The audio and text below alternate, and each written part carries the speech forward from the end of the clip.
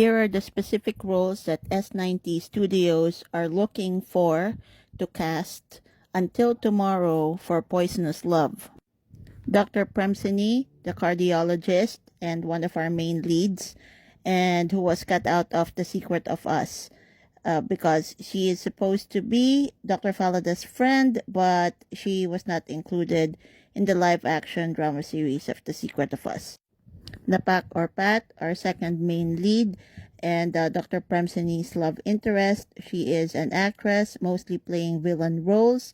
If there is a continuity between The Secret of Us drama series and Poisonous Love, then Ern and Napak should know each other. They're actually colleagues and friends, and they actually model together.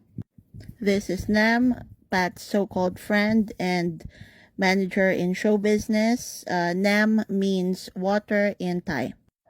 Tawat is Dr. Premsini's fiancé, who has a sadistic side and our main villain of the story.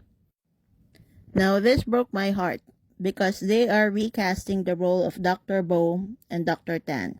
So, the actor and actress that played Dr. Tan and Dr. Bo in The Secret of Us are not reprising their roles. There was an earlier post by S90 Studios that specifically said they are looking for actors and actresses that are not under contract.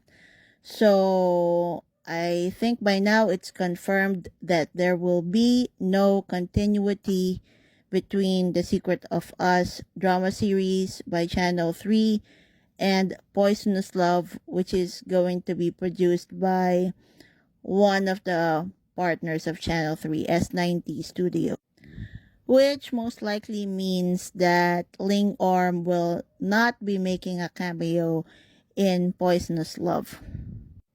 In addition, I didn't see a casting call for Dr. Sita and Dr. Jane. So it seems that we are not going to be seeing Dr. Bo's girlfriends.